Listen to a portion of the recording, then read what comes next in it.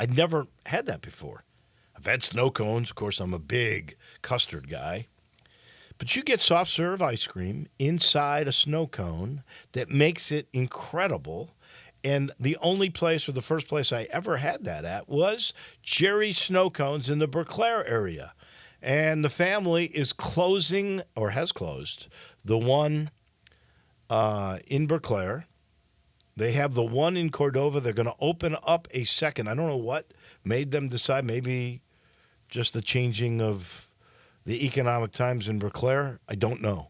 But they've decided say goodbye to that one, the original, and hello to a new one somewhere. In the meantime, you still have the one in Cordova. But just sad that everything changes with time, and that is a staple, I think. You can think of some things, barbecue and the Rendezvous or Corky's or my guy at the Germantown Commissary. Those are staples, right? And Payne's. Oh, my God, I love Payne's. Those are Taste of Memphis, Dinstall's. I think Jerry Snow Cones, same way. Have you ever been to the original Jerry Snow Cones? I never had a now you snow never cone. will either. You never had a snow cone? Not from Jerry's snow cone, at least. So you've never had the one with the soft serve ice cream inside? Mm-mm. Oh, my gosh. What's wrong with you? You don't pick Rory when you should. And now you've never had a Jerry Snow Cone. We got to get you to Cordova to try one. I think you'll love it. I promise you. I think that's kind of part of the problem. I'm nowhere near Cordova. Well, who knows where the next one's going to open? You might end up being close. Or if you end up going for a shopping spree somewhere like Wolf Chase or something, you can try to check out Jerry's Snow Cones. That is for sure. It is who had Xander Schauffele? Did you have Xander? Yes. Ooh, you're in a good place.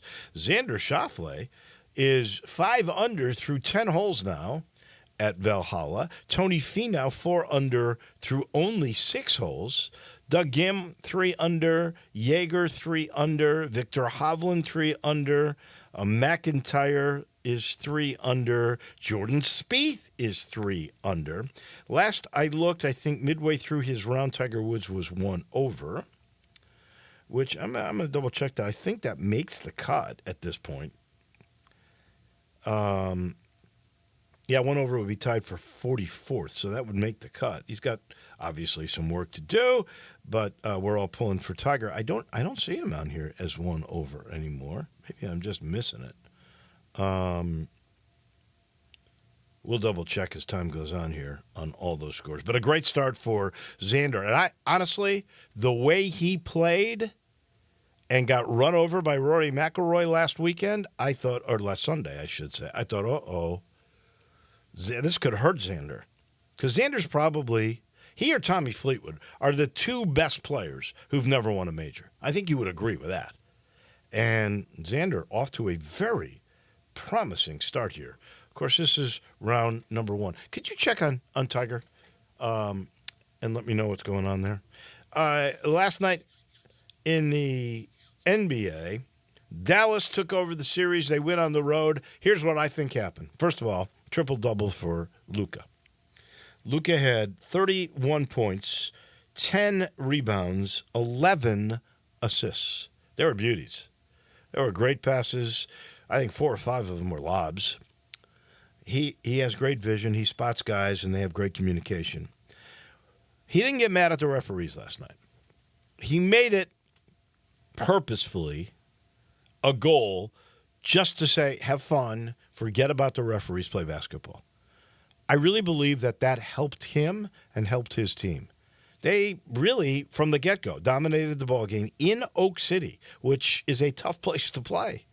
And now they've taken over the series. They can win it in Game 6 at home. I suspect they will. And I think it all comes down to Luka just playing within himself, trying to enjoy basketball, and to forget about these silly arguments and antics with the referee. It just doesn't make sense. It's a waste of energy. I think he figured that out. I believe Jason Kidd, and I think Kyrie Irving all had discussions with him about the need to let things go and just play the game. And the smile was there, and I know he's hurting. He's got a bad knee, he's got a bad ankle, and he's got a better attitude. And it really showed last night, and I think Dallas now is going to win this series. Do you see OKC winning 2 games in a row now? I can see them winning Game 6, but Well, I don't that's think in Dallas. Yeah, that's the only thing. I don't see them. If they win Game pulling that 6, out on the they road. could win Game 7. But I think Dallas now has all the momentum because OKC had come back, stolen back home court advantage, and was outclassed the whole game. And when that happens, usually the better team has figured it out and taken over. I think that's what's happened with Dallas. Boston advances to the Eastern Conference Finals, and what I found interesting there is the response by, in particular, Draymond Green on the panel last night. And I don't want to like Draymond Green because I just don't care for him as a player and his antics. But I will admit he's really good on TV and he backs up what he says. And he basically said last night, who cares? It's the 3rd year in a row they've gotten to the Eastern Conference Final. I think it's 4th in 5 years with Jason Tatum. And that they've got to win a championship. Getting to the Eastern Conference Finals means nothing, in the words of Draymond Green. And Jason Tatum, when he was interviewed, didn't disagree, did not argue that fact. And so, to me, it says something that you've got a good enough team to win the regular season on a regular basis in the East, to advance to the Eastern Conference Final. To me, that's a whole lot better than losing all the games that they did in Memphis this year. It's a whole lot better than San Antonio's growing pains. I mean, I think it's an accomplishment to go 3 straight years with the same team to the Eastern Conference Finals. But in the judgmental society we're in, because they've had so much success in the past, getting to the Eastern Conference Finals, in the mind of Draymond Green, and I think even the Boston Celtics fans, if they don't win a title, it means nothing. They got to at least get to the championship series. It's crazy. And he was asked point blank if he thought not advancing further than the finals has hurt his chances, not winning a title, has hurt the chances of him being an MVP. Jokic won it because he was great again this year. He probably is the best player in the league, but he's also won titles. He's won a title. Tatum has never sniffed a title yet. So that may be a part of the judgment. And that's the end of Cleveland for the year. And I'm a little surprised. I know Donovan Mitchell's going to be in that flex year where he can get a max contract, $208 million, $52 million a year for 4 years. Wow. He's probably worth it to Cleveland. But they're contemplating the future of J.B. Bickerstaff, which I don't get. The guy, ever since he's gotten the full-time gig, he was an interim, then he's had I think this is his 4th year. They've gotten better every year. They went from the play-in to the playoff to winning a round. They lost to a better team this year, to the best team in the East. I think Bickerstaff certainly deserves an extension, maybe as long as you give to Donovan Mitchell. If Donovan Mitchell, if they get along, usually that's the way that ends up. But I've not seen any indicator that those two do not get along. We're sitting in the Family Leisure Studios, and don't forget the Factory Direct Pricing Sale. It's going on right now where you can save big bucks. I'm talking $1,000 to $5,000 on all the spas or the swim spas. $5,000.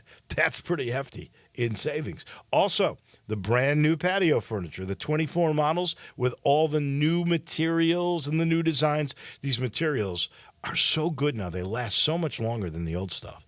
You buy it now, you'll be really happy because you're going to get that factory direct pricing sale. If you head to I-40 and Whidden Road, that's Family Leisure. Let's head to Louisville, Kentucky. Normally we talk Derby with Paul Rogers, voice of the Louisville Cardinals forever, a great handicapper, analyst of the Triple Crown for all of us here on this show. Missed the Run for the Roses because I was frankly out of town, but we're back now. And we are wondering, can we get a better race than a 3-horse photo finish that you saw almost 2 weeks ago at Churchill Downs? Good morning. It's great to talk to you, Paul. And we got a PGA tournament going on here, Oh, too. I know There's it. all kinds of fun. That's a good race. And how about Xander Schauffele off to this start? Yeah, Wow. it's blazing, isn't he? Yeah. Yeah, that Derby was phenomenal. I've seen, 50, however many Derbies now. There was a photo finish. This was back in the years when I was actually calling the race, that when Grindstone beat Cavalier in 1996, and it was so close you couldn't call it. So this not only was so close you couldn't call it, it was 3 horses, which I've never seen before in the Derby. It is my understanding it happened way back, but I've never seen you don't see that many 3-horse photos under any circumstance. Right. Really, horses tend to separate themselves, but to see it in that dramatic a fashion and in the Kentucky Derby was really something that wowed us all. Could you tell? I did not know live. Yeah, I did not know. I was wondering myself because I've seen the replay, and Yeah. I couldn't tell until I saw the photo finish. It was interesting. Even when you see the stop action on TV, you're never exactly sure because the angle can be such a slight bit off, and that's Right. not the official photo. But it did appear that he had held on, and if you watch, I don't know how much of the Derby went back and watched, but as they continue, they actually have a camera on Brian Hernandez as he's watching the video board replay, and it hits the wire, and you see him go, "Woo!" He said, "I just won the Derby." But it was that close. It was really, really hard to tell. I can't imagine that you can match that. It's impressive. You've been to 50, or you've seen 50 Derbies now there? My first one was in 1969. Now, I have to fess up. I have not attended the Derby since COVID. I went to all of them. I called 30 of them. I still go out to the track like Derby week, but it's gotten to where since I'm the only job I have anymore is just calling Louisville games. So I'm not really directly involved in the Derby. I love it, and I go out to be part of it. But I've actually stayed home and watched on TV at Derby parties with friends the last few years since COVID. I can't blame you in the least. It didn't hurt the crowds, that's for sure. And No, they didn't miss me. I saw the bet. The handle was well over $200 million, right? It's crazy. I can't even remember it. It's got to be such an outrageous number. I can't even relate to it. But yeah, it just gets bigger and bigger every year. And the track, they just keep reinvesting it in the track. The new paddock is just a spectacular venue. I went back out I actually went out a couple of days before the Derby, and then my sister was in town last weekend, and we went out one day, and it's a beautiful place. It really is. The last time I was there was a few years ago for a retirement party for a mutual friend of ours, Gary Rodemeyer, the guy responsible for bringing me to Memphis, longtime news anchor and news director. And he had his retirement party in one of the upstairs boxes. And it was spectacular. I mean, it is a thing of beauty, and let's face it, it is the premier race. So now here we go. We got Mystic Dan, who really was not going to be the favorite in this race. Everybody was happy that he was even going to race in the Preakness because not many like only an average of 3.5 horses or 3.6 horses that were in the Derby now run in the Preakness, which is ridiculous. You've even had some winners not go there because they don't like the time period between the races. That 2 weeks in this one and 3 weeks before the Belmont is just too short of time period, even though they've done it forever. But he agreed to run in this race. But there's 2 Bob Baffert horses, one in particular that's now scratched, Muth, that was actually a bigger favorite than Mystic Dan because they hadn't run in this race. It's crazy to me that Bob Baffert's horses can't be in the Derby. And I don't think it helps horse racing whatsoever that their premier trainer can't be in there. There was a reason for alleged cheating, but now it makes it much more difficult for those in that race, in the Derby, to go to the Preakness to go up against fresh horses. Well, Muth was going to be the favorite. You're right. He would have been the favorite probably in the Derby had he been allowed to run, but then he was scratched yesterday with a fever. Baffert still has another horse, Imagination. And his initial suspension, I think, was justified in most people's minds. And then Churchill Downs extended it, and that's what raised a few eyebrows. It looked a little bit vengeful, His record has been completely clean since the original suspension. And when they extended it another day, it seemed like a little bit of overkill. I think he will be back by next year. I hope he is. Bafford's a great trainer. He's got top-notch horses. And you're right. Anytime you win a race and his horse could have been there but isn't been there, there's always going to be that question. But to take nothing away from just a phenomenal race and bold ride by Brian Hernandez on Mystic Dan to get the Derby win. And he'll probably, well, he is right now the morning line favorite with the scratch of Booth, and I suspect he will go off as the favorite. But it won't be an overwhelming favorite. There's some good horses in here. Well, that early line, I guess now, is Mystic Dan is the favorite at 5-2. The horse you mentioned, the Baffert horse, Imagination, is 6-1. There's another one that finished fourth in the Derby, Catching Freedom. Mm-hmm. I like him a lot. That horse is also 6-1. Yeah, he ran a good race in the Derby. He was fourth, right barely behind those top three. He was only beaten less than 2 lengths. He came off a win in the Louisiana Derby. He's got a trainer and a jockey I really like. Brad Cox is actually his Louisville native and has risen to the very top of the training game. Flavian Pratt is jockey, and he's a very solid runner. I think Mystic Dan has such a phenomenal trip squeezing through that hole, and not that he was a worthy winner. I mean, he had the strength and the stamina, and his jockey the braveness to do it, and you got to have the horse to do it, and he did. But you don't know you're going to get that fortunate a trip again. I think Catching Freedom in a smaller field probably is going to be still going to be coming from behind. But I'm not knocking Mystic Freedom, but I think for the price at least. Mystic Dan, I'm not knocking, but I think for the price at least, I'd have to go with Catching Freedom.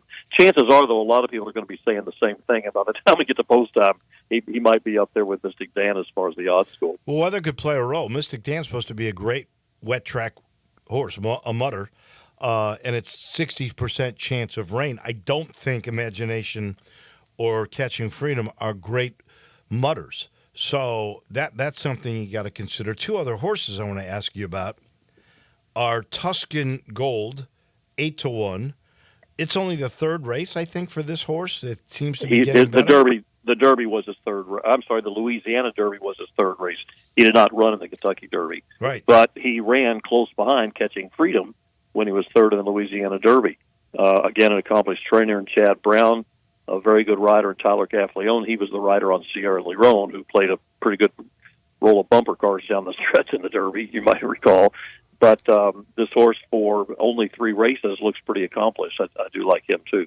And then there's a long shot that some people think have the best jockey in Ortiz Jr., Uncle Heavy, early line 20-1. I'll bet you the odds are not going to be that in the end. That horse has run 5 times and won 3 races. Yeah, but I just don't see him this quality. Now, Ortiz is a phenomenal rider. I'm a little surprised he's not on one of the better horses. He did win the Withers, which is an early 3-year-old race in New York, but other than that has not shown a lot. Ran a very bland race in the Wood Memorial. To me, he looks like he's in too tough. Maybe he'll jump up and run great, but I don't see it. All right. Tell me, will we have our first back-to-back winner since Justify in 2018? Can Mystic Dan give us some hope for a Triple Crown? Yeah, he can. I'm going to pick against him. I'm going to pick Catching Freedom, but it would not shock me at all if Mystic Dan won. And I hope he runs well. You like to see the Derby winner come back and perform well. As you mentioned earlier, Kenny McPeak held off in making the decision. He watched him all the first week after the Derby just to make sure he didn't have any lingering effects. He seemed to be fine. And so he'll go, and you want to see a guy rewarded for that. But for a long time, I fought against changing the Triple Crown because I think it's difficult to do and meant to be difficult to do, and you don't want to make it easier to do. But then again, we've reached a point where horses are not bred the way they were. They don't train the way they were. They don't race the way they were. And if you want to keep the Triple Crown a viable option and a worthwhile achievement, you need to win 3 races against really good horses. And if you spaced out the 3 races a month apart now, early May, early June, 4th of July weekend, something like that. Now I think you guarantee yourself much better fields, more horses running in all three races, and a truer, legitimate champion of the Triple Crown of horse can win all those three. But that's been talked about for a while. It continues to be talked about. I do believe at some point it's going to change, but it still may be a ways off. You know what? I was totally against it. I'm no longer. And the best point that has been made, and I must confess, Dan Wolkin, who used to be a writer in this market and has become a national writer for USA Today, and I know his family was involved in horse racing with the concessions in both Kentucky, but not in Louisville, in Lexington, and in Little Rock. And his contention is that the horses are breeded differently, as you just mentioned. And so it is a different world out there. It's particularly different when you got a ban on one of your better trainers' horses from competing in the Derby, unintended consequences. That makes those horses that he trains fresher to compete in the next race. It's totally unfair to the winner of the Derby that way. So well, but that's always been an issue in the Triple Crown, though. You had it's never been all the Derby field, the Preakness field, the Belmont field. You've always had new and so-called fresh horses join the fray. Now it's gotten to where those are the majority of the horses now, and that didn't used to be. But that's part of it. That's always been part of the challenge of it. Is you don't beat just the same horses. You hold off all comers. Everybody Right. takes their shot, and that's what makes it makes you a worthy champion if you get through it. I think if you did it 4 weeks apart, one each month, May, same date, June, so you back up to Preakness, and then July for the Belmont, that would be, I think, better for overall interest in the sport. And I don't know if you could do this, but could you, if you're going to be in the Derby, unless of course there's injury, you commit to participating in all three races. Make it some sort of monetary bonus or some sort of thing to really entice you to stay in. Well, if you remember, this I always get amused talking about this. About maybe 30 years ago, when this was first starting to become an issue, they came up with the Triple Crown bonus. Actually, Yeah, I do Visa remember had that. it. Yeah. A Triple Crown winner would get $5 million. The horse who had the best overall finish, short of a Triple Crown, got $1 million. Well, then people started accusing trainers of running unhealthy horses just for the money because my horse might be eligible for this bonus. He's not really ready, but man, if I run him in this race, maybe I'll get that bonus. So that became it. So it kind of backfired. So you kind of, damned if you do and damned if you don't in terms of enticing people to run their horses. So you just got to let them, let it play out. I would like to see the change. Problem is, thoroughbred racing still lacks a national governing body. And while I think the Preakness is seriously looking at changing their race, the New York Racing Association up to now has been rather reluctant to move the Belmont Day. So even if the Preakness moved their race, let's say, to a month after the Derby, then the Belmont comes just 1 week later. So now what do you do? So crazy. Everybody's got to work together on this, and that's something that thoroughbred racing is famous for not doing very well. You got to call on NBC. They're the ones that are televising this thing. They'll make it happen. All right. Well, but Fox has the Belmont now. Fox has to buy. I didn't even know that. Wow. Yeah. When did that happen? 2 or 3 years ago, I think. Really? I forget exactly. I'd forgotten myself about it, and I ran into a trainer friend of mine. His name is Tom Amos, who is a sometime commentator on Fox. And it was this last week when I was out the track, I ran into him, and he was telling me that he's going to work the Belmont Stakes for Fox. And I went, oh, yeah, I forgot Fox does the Belmont now. Catching Freedom, that's the pick of Paul Rogers. All right, before we let you go, it's so good to hear your voice. Been a while. We haven't talked in a while. I know it. Who did you pick in the Derby, by the way? Be honest. Be honest. Sierra Leone was actually my pick, so Okay. I lost by a whisker. Okay. If I recall correctly, Valhalla, this is the fourth PGA at Valhalla. The first one, I believe, was 96. Correct. And the last one was 14. Rory McIlroy won it. Right. But when did Valhalla open? Like, it's not that old a golf course that it's got 4-time PGA tournaments. That's crazy. It's really an amazing story. The golf course was designed by Jack Nicklaus. That's what I thought. At the behest, whatever you say, of a local businessman named Dwight Game. He wanted to make a world-class golf course and have major tournaments here. Everybody thought he was bananas. The course was built in 1986, and 10 years later, they hosted the first PGA. It's really a remarkable story. It is crazy. It really is. It's beautiful, I hear. What's your best score there? You're not going to believe this, but I can't remember for sure. I think. Oh, come on. No, I swear, I can't. I think I broke 90 there one time. And I promise you it was from very forward tees if I did. Yeah. The last time I played it was actually last summer on a real hot day, and was getting over a sprained knee. I could give you a whole bunch of excuses, so my score is not very good. But I've not played it. I've played it maybe 10 times. Well, that's gorgeous. But it's a great place. It's a beautiful course. I was out there yesterday, actually, for the practice round. Well, all I can say is if they've got multiple par fives in the 480 range, par fours, in the multiple in the 480-yard range. One's like 488, right? Those are par sixes for me. The length on those are ridiculous. It's just crazy. And here we go. Schauffele, let me double-check what he's doing. Schauffele's still 5 under through 10, so he's on 11 right now. 6 under. 6 under. Hey, he birdied 11 then. Wow. I was worried he was going to fall apart after last Sunday, but I guess those concerns were unfounded. Paul. Yeah, as I mentioned, I was out there yesterday. He is such a little guy. Golfers are so weird. You see these little guys, bulky guys, long, stringy guys. They come in all shapes and sizes. I got to tell you a really quick story. I know I'm long already, but I got to say this. First time I ever saw him, he was U.S. Open qualifying in Memphis when the tournament for the tour stop at Southwind used to be the week before the U.S. Open, if you'll recall. So they used to U.S. Open qualify here. So you could walk the golf course, literally, next to these guys. And so one time, I'm walking with a former FedEx St. Jude champ, Robert Garrigus, if you remember him. He got famous because he used this really short putter, and he looked crazier than Michelle Wie when he putted. Then you had Steve Stricker, who was pretty much in his, kind of getting a little older, but he was at the height of his game. And here's this guy from California that nobody could pronounce his name. Yeah.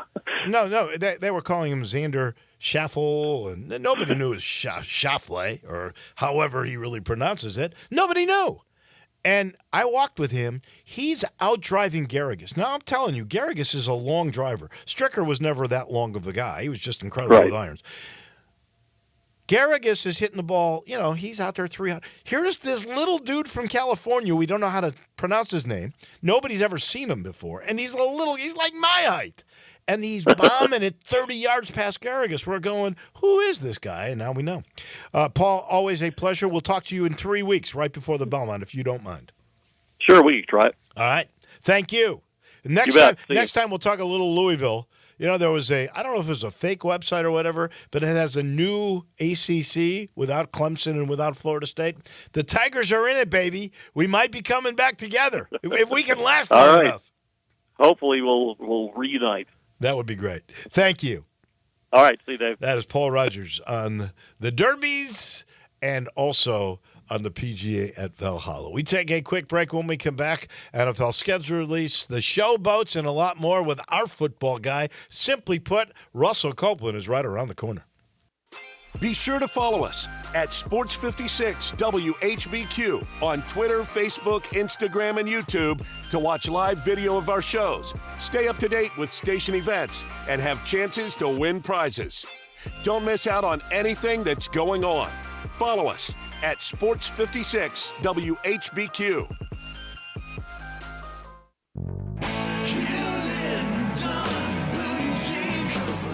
Hewlett & Dunn Boot & Clothing Company, we have it all. From handmade Amish leather belts, fine and casual clothing, boots, casual boots, work boots, fancy boots, and even safety-toed boots. Lots of cowboy hats to choose from, even Nebo lights, good-looking duck head dress shirts, duck head caps, shorts, and pants. Tons of jeans from Ariat, Wrangler, Devil Dog, and Kimes Ranch jeans.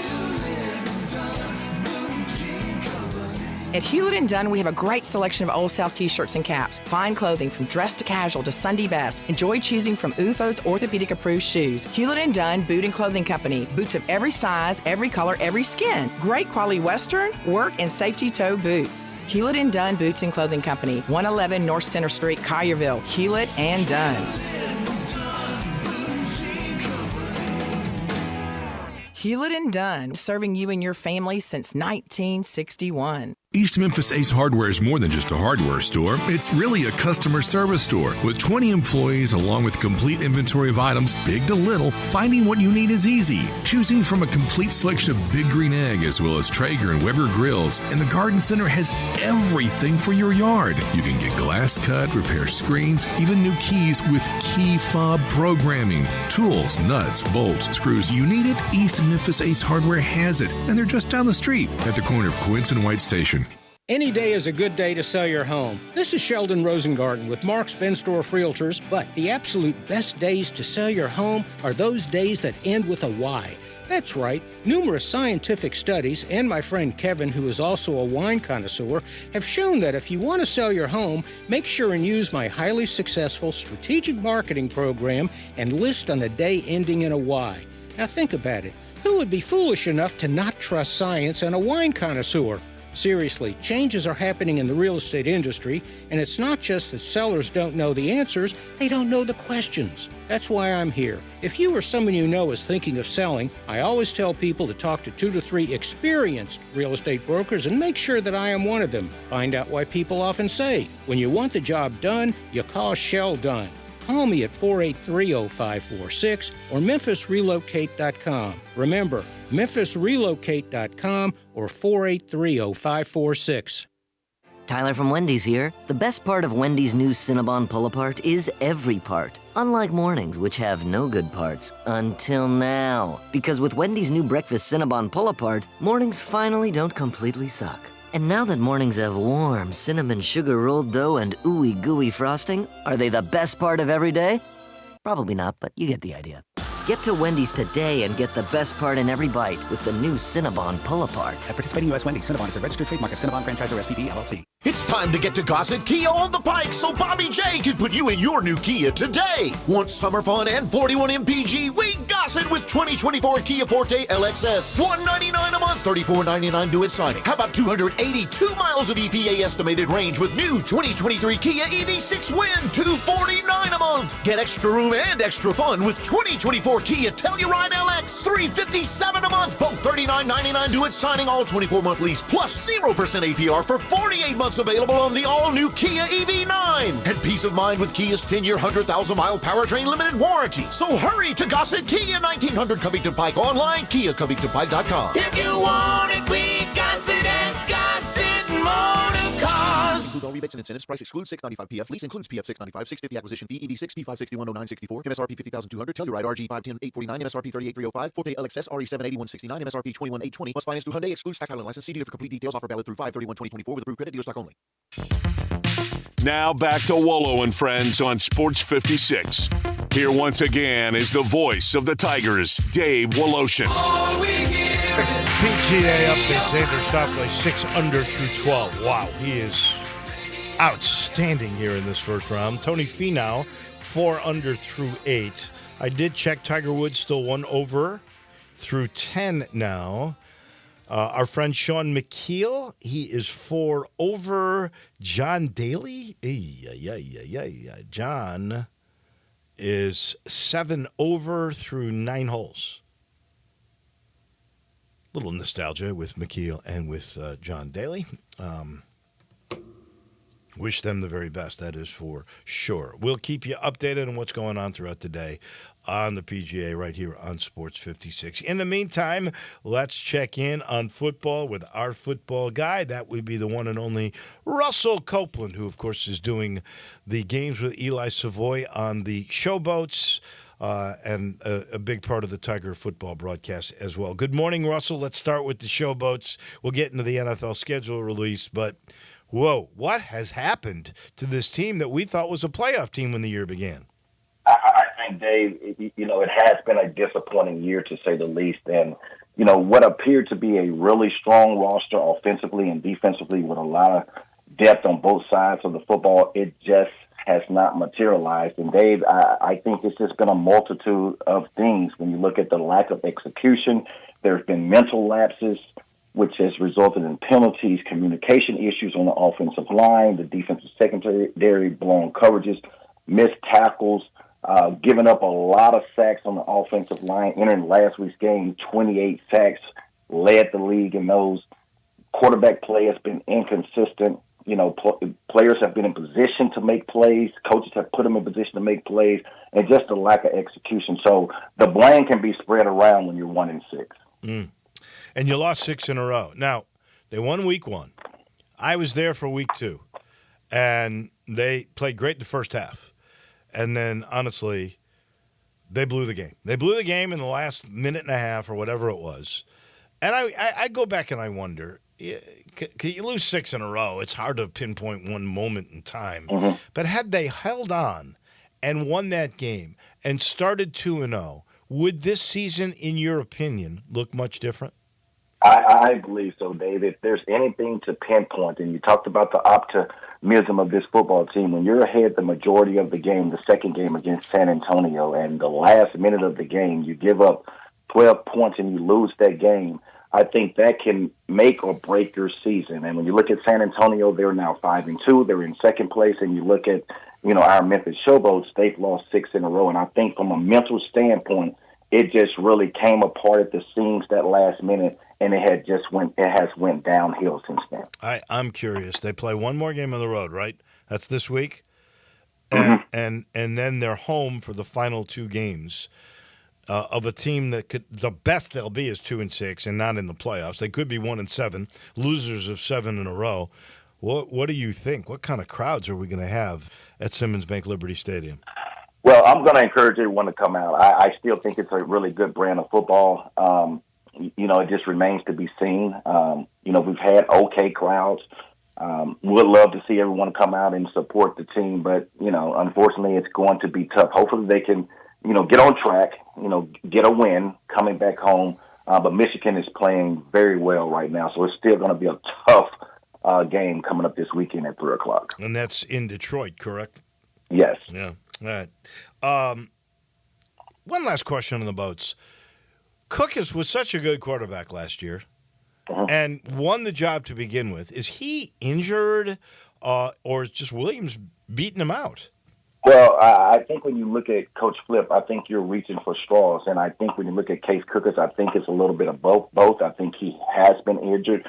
But as I talked about, both of these quarterbacks have taken a lot of sacks. And entering last week, Dave, you look at Williams, Troy Williams coming in fourth, 12 sacks with him, and he hasn't even started the majority of the game. And Case Cookers came into last week with 16 sacks. So I think the lack of mobility, you want to try to get something jump start with Williams, and I do not think that Case Cookers is 100%. Yeah. Has taken a beating, throughout this year. Most of the time when you have offensive woes, the best place to really start is the line.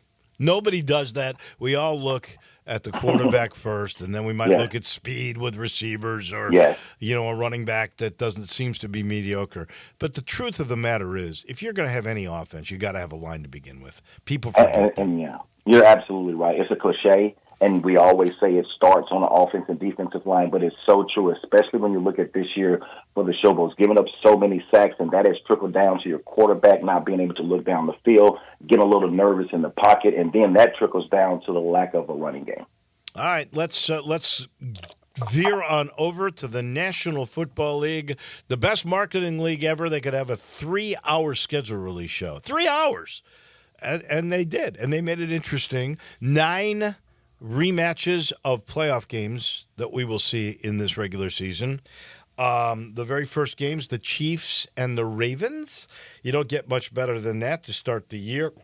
Week 1 for the Titans is against my Bears in Chicago and Caleb Williams.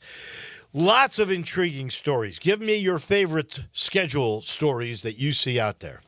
Well, I think the NFL really hit it on the head when you start the season off in week 1. You got the Ravens at the Chiefs, and I think anytime you have Lamar Jackson and Patrick Mahomes starting the season off. I think that's going to be fireworks. And you look at Baltimore with Derrick Henry there to see if they can get the running game started and see if they can, put on a better show than what we saw in the championship game. I like the way that's starting off. And also in week one, this is always going to be interesting to me when you look at the Rams versus the Lions, when you look at the big trade.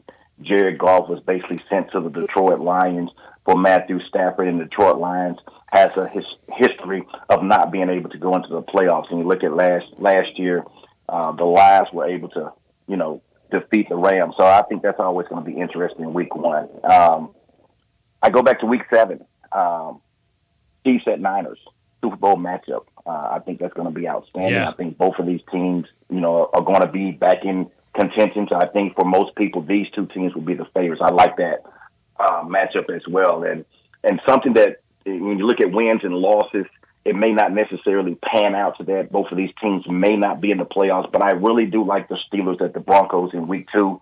When you look at Russell Wilson, Sean Payton, what a terrible relationship they had last year. And both of these, and Sean Payton is going to try to make Russell Wilson look bad and say, hey, he's over the hill, he doesn't have it. And Russell Wilson is going to try to make that secondary look bad and say, hey, it wasn't me. It was just a tumultuous relationship between me and Sean Payton. That sticks out. And last but not least, I do like the Bills at the Texans, week 5. Mm-hmm. Stephon Diggs, the Bills, that relationship broken up. And when you look at receivers that have went against their former teams, they usually, do very well. When you look at Randy Moss, way back as a rookie, going against the Cowboys, not being drafted, he had a big-time game. Terrell Owens going to the Eagles, going against the Niners. Had a big game. Steve Smith went against the Panthers, had a really big game. Jarvis Landry, A.J. Brown a couple of years ago going against the Titans. So I think that's going to be a good matchup. Yeah, you bring up Houston. Baltimore and Houston on Christmas Day. What do you think about now the NFL saying Christmas Day is going to be ours too? It's always been the NBA, right? Mm-hmm. Now it was a Saturday, so they did. It's a Wednesday this year, and they've got a doubleheader. What's your take on the NFL just going? You know what? We're gonna start to own holidays too. I tell you what, I really do love the idea. I love the idea that you're playing on Christmas. You're able to see a couple of sports, and for some reason, the past couple of years, really the past couple of weeks and months, you have Doc Rivers saying that there's 30 guys that can go to the NFL and play and so on and so forth. So I think it's some competition there. But I love it out of the NFL. Playing games in Mexico and abroad, and now bringing it to the forefront on Christmas, I think it's awesome. I do think it's funny. I've heard these takes on both sides when they're saying who are the better athletes, NFL or NBA, and the NFL goes, they couldn't stand the physicality. I'm trying to remember who they brought up as a guy who was a basketball player that tried to become a receiver, and I went to a practice and got the they threatened to take his head off, and he goes, oh, okay, I'm not gonna. I mean, you've been, because you could play basketball yourself a little bit. Yeah. If you had to pick the better athletes, who would they be? It's football players. Absolutely. I knew you'd say that. Absolutely, Dave, without a question. Hey, man, basketball players, I love what they do, but hey, they play in a controlled temperature. You're playing in shorts. When I look at the NBA now, it's not nearly as physical as it was in the 80s and 90s, and those guys cry after every. They could not last a training camp in the National Football League, and I think there are some athletes that could go out, football players, and compete. Will they be NBA players? I don't know, but there are some athletes that can shoot, that can jump, and they can run. Football players. Yeah, no question. My friend, as always, we appreciate it. We'll talk a little more showboats and a whole bunch of other stuff next week. Thank you. Enjoy the rest of your week. Thank you, Dave. That's Russell Copeland on football of all kinds. He's brought to you by Miramichi. They got some pretty good athletes like Tiger Woods. I think Rory's not a bad athlete. I don't know about Scotty Scheffler. I don't know about Xander Schauffele. Not bad. I don't know if I'd pick him in a basketball game or a 7-on-7 football game, but I know they're pretty good, and I know that they would love Miramichi.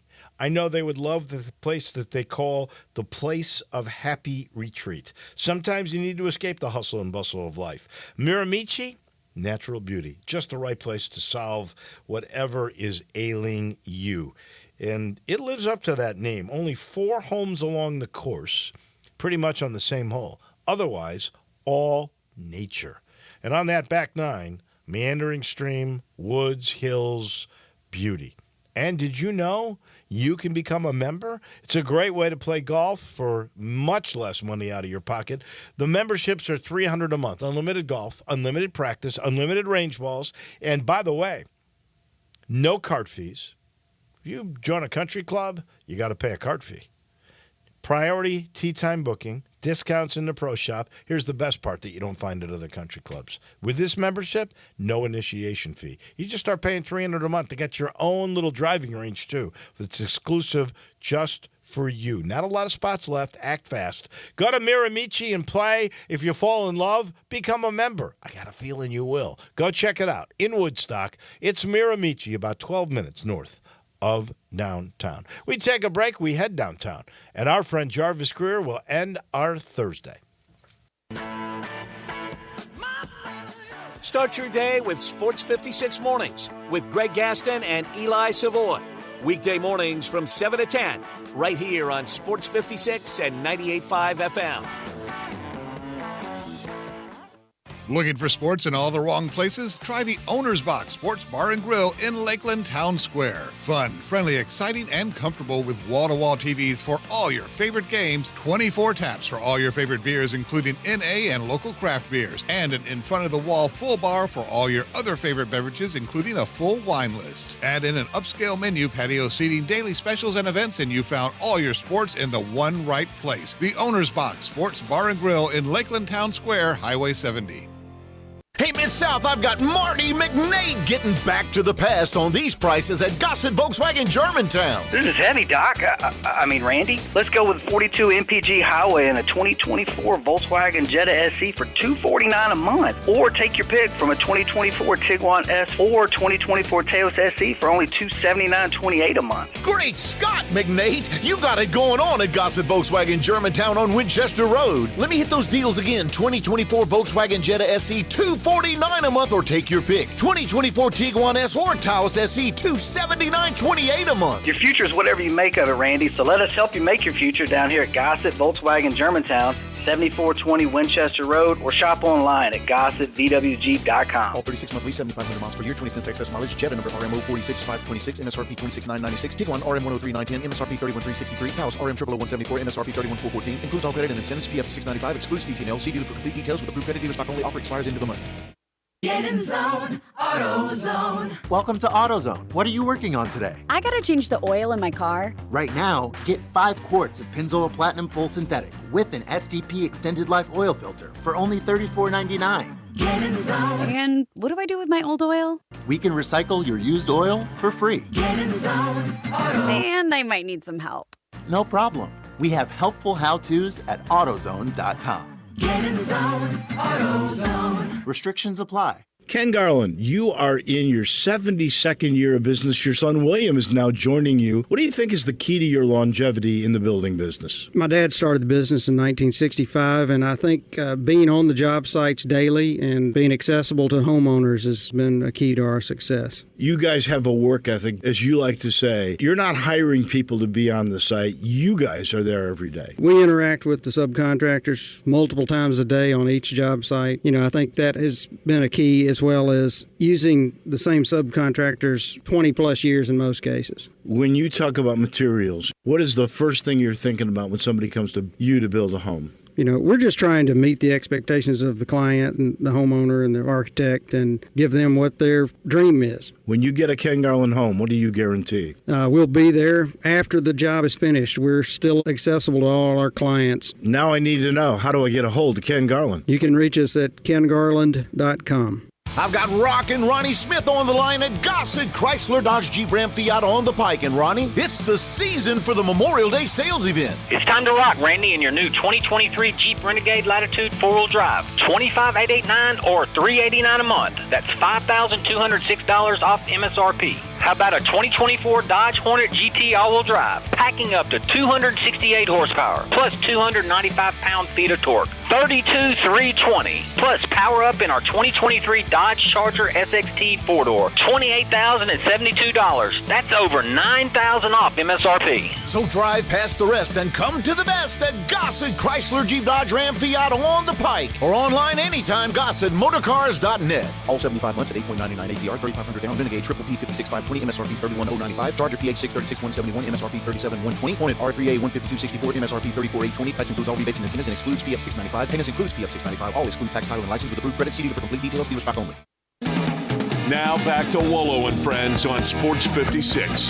Here once again is the voice of the Tigers, Dave Woloshin.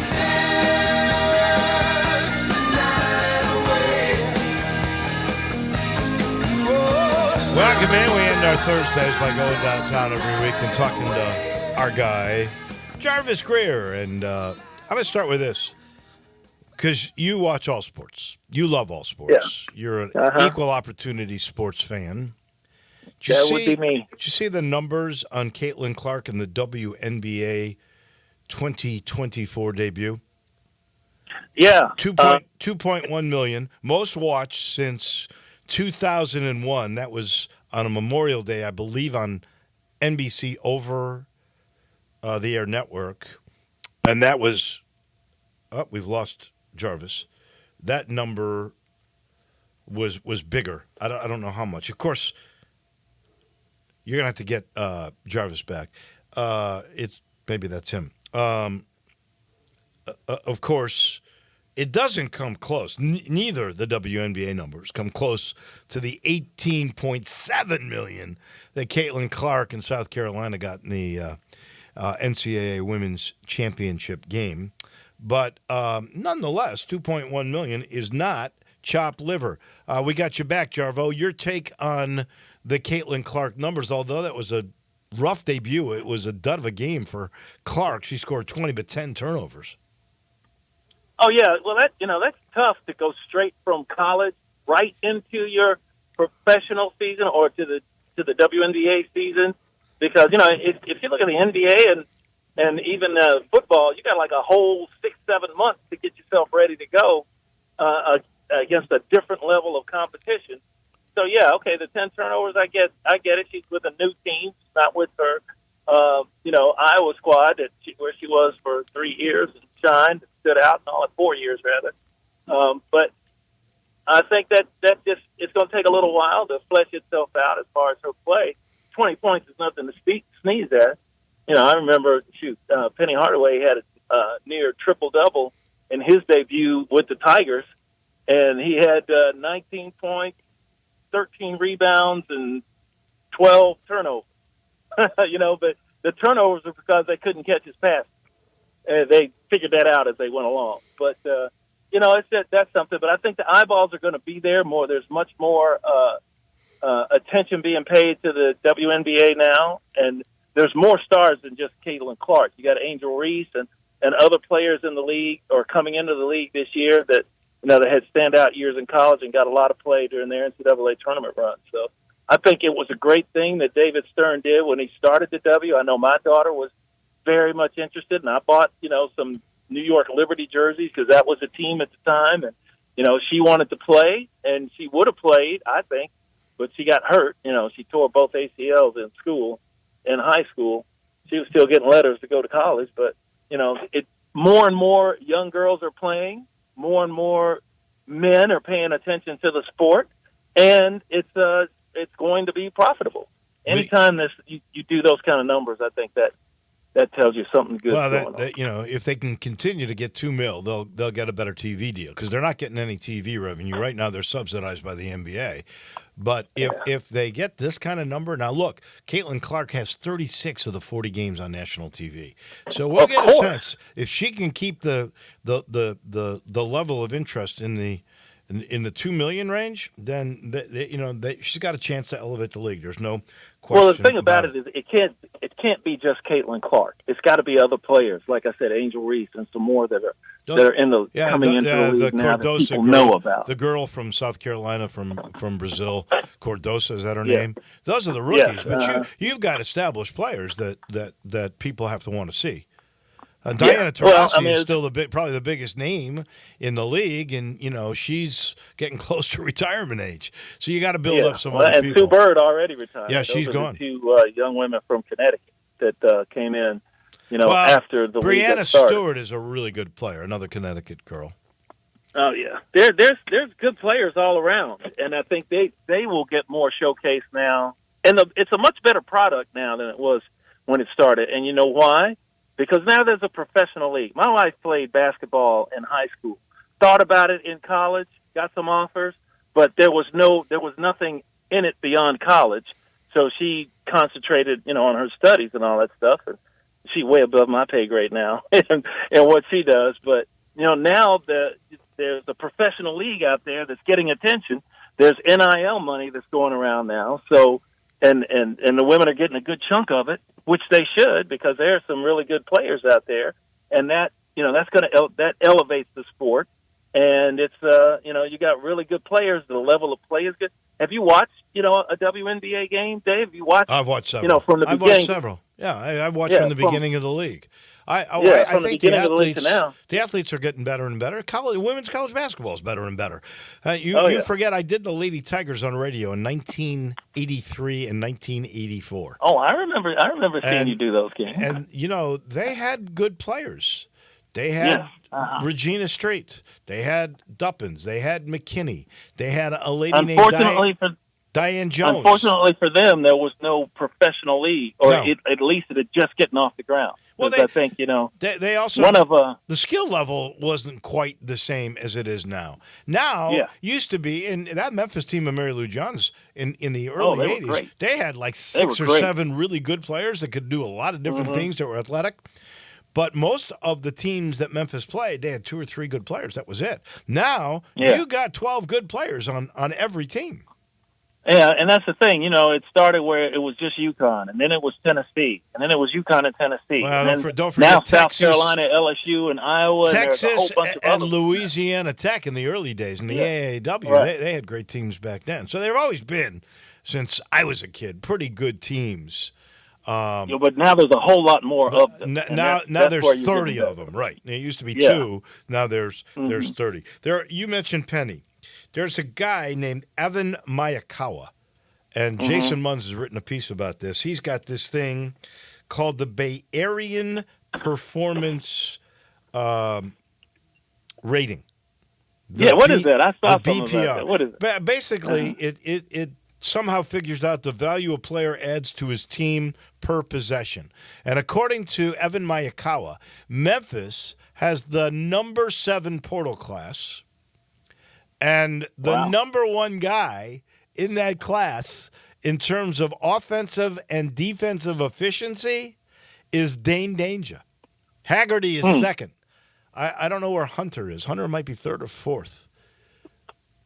Well, that's a good compliment then for the work that Coach Penny and his staff are doing out at the Memphis and putting together a team that he believes is more in his image and what he likes to do, and B, in production, hopefully on the court. And hopefully, all this stuff is great, but as we know now, chemistry is the main thing. Oh, yeah. If these guys can fit together, because, that team that Penny had before this past one, there were a bunch of guys that, from mid-level teams that got, some amount of accolades, but they were a cohesive team. And I think that team would have run roughshod over this team this past year at the end of the year, because they played as a team the whole year, unlike the team that Penny had this last season. Next week, they've established the over-under for wins for the Tigers at 8.5. Ooh, I saw that. We'll talk about that next week. Thank you, Jarvo. We appreciate it. Hey, real quick. Yeah. Everybody looks great in shorts, but when you put those shoulder pads and helmets on, it's a different thing. I heard you talking to Russell about athletes. You're going football over basketball for athletes, right? Hey, remember now that you remember the Tigers had a lot of in Memphis. Tigers had a lot of football players that play basketball, right? Coming up out of here and down there at the bowl game in Miami, when the Miami Beach Bowl against BYU, they totally obliterated BYU in their little basketball shootouts at halftime of the Heat game. That was one of the perks you get to go. You get to go to a Heat game. And the Tigers just blew them out because they had football players that played basketball in high school coming out. So, hey, it's just a different sport. No doubt. You got great players are great players. Allen Iverson was a quarterback, a state championship quarterback. But, he picked basketball, and it was smart because he was a small dude. Yeah. Thank you, my friend. As always, we appreciate it. Xander Schauffele is 8 under now through 14 holes. Tiger Woods even par through 14. He's on his way to making a cut. And that'll do it for us. More on that with Johnny Radio right around the corner. I'll see you tomorrow morning. Have a great day, everybody.